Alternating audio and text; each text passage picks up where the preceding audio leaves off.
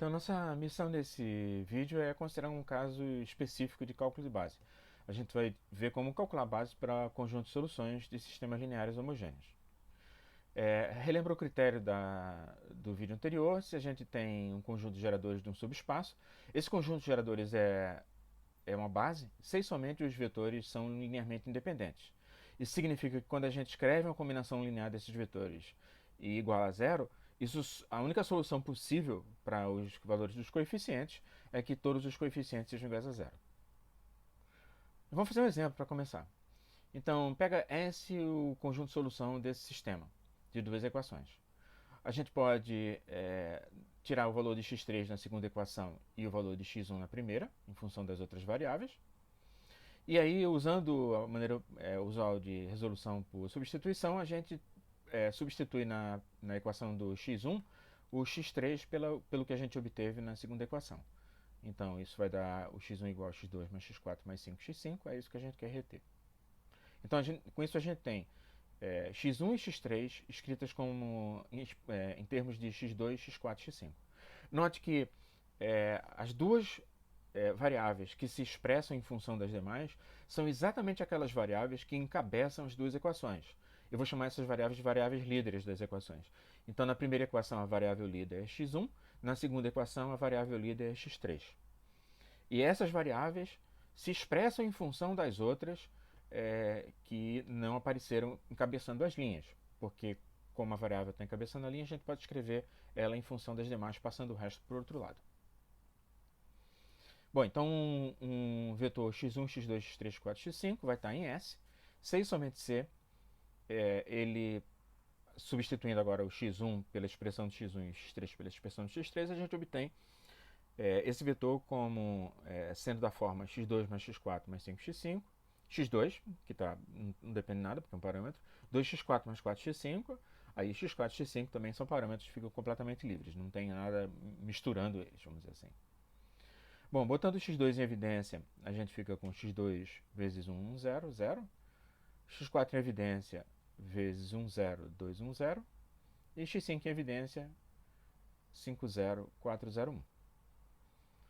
Bom, isso significa que esses três vetores, 1, 1, 0, 0, 0, 1, 0, 2, 1, 0 e 5, 0, 4, 0, 1, que eu estou chamando de 1, 2 e 3, são geradores do espaço. Foi isso que a gente obteve. A gente escreveu um vetor qualquer em S como combinação linear desses três vetores. Tá? Então a primeira conclusão que a gente pode tirar é que eles geram S. Então já tem um conjunto de geradores. A pergunta agora é, esse conjunto de geradores é base? Para ser base tem que ser linearmente independente. Bom, mas para ser linearmente independente, o que a gente faz é o seguinte, a gente substitui no lugar de V, 0. Então a gente está igualando a combinação linear x2, 1 mais x4, 2. Perdão, x2, 1 mais x4, 2 mais x5, 3, a gente está igualando isso a zero. E a pergunta que a gente tem que se fazer é, isso força x2, x4 e x5 a serem iguais a zero? Mas quando você faz, quando você calcula a combinação linear x2, 1 mais x4, 2 mais x5, 3, o que você obtém é a expressão que está no vetor, entre o zero e essa combinação linear. Só que nesse vetor, x2, x4 e x5 aparecem livres em certas coordenadas. Dizer que esse vetor é igual a zero é dizer que cada uma das coordenadas é igual a zero. Portanto, esse vetor só pode ser igual a zero se x2, x4 e x5 são iguais a zero.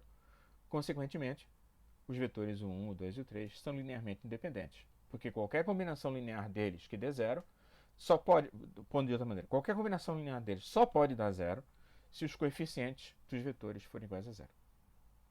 É isso que a gente quer generalizar para o caso de um sistema, conjunto de solução de um sistema homogêneo qualquer. Vamos fazer o caso geral agora.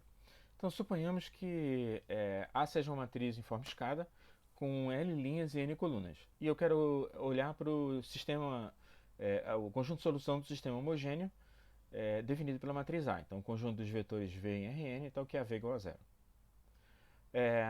Então, eu vou chamar a variável líder da iésima linha de xmi. Eu não posso chamar a variável líder da iésima linha de xi, porque, como a gente viu no slide anterior, o sistema que a gente fez, a variável líder da primeira linha era x1, mas a variável líder da segunda linha era x3. Então, na notação que eu estou usando aqui, eu teria m1 igual a 1, mas m2, ou seja, a variável que encabeça o índice da variável que encabeça a segunda linha como sendo 3. Então M2 seria igual a 3 nesse caso. Tá? E a gente tem que os M estão em ordem crescente. À medida que você vai aumentando o índice, o M tem que ser maior do que o anterior, porque a matriz está em forma escada.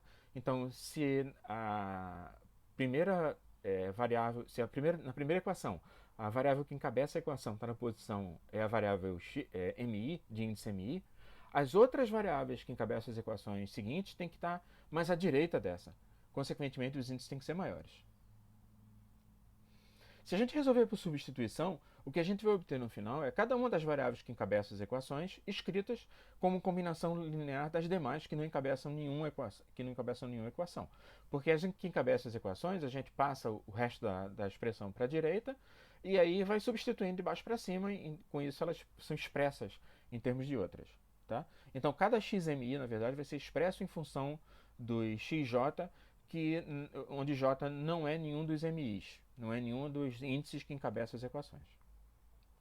Então vamos reter essas últimas expressões, que é o que a gente precisa, e isso significa que, usando a mesma coisa que a gente fez no exemplo numérico, se você tem um vetor v da forma x1, xn e ele está em S, isso só pode acontecer se para cada xk eu tenho a seguinte situação. O xk é igual a essa expressão, se o k for um dos índices de variáveis que encabeçam alguma linha, e se não for, ele fica simplesmente como xk, ele vai servir como parâmetro. Tá? Então, ou você escreve ele como combinação dos que... Ou ele é um parâmetro, ou você escreve ele como combinação linear dos que não aparecem nos parâmetros.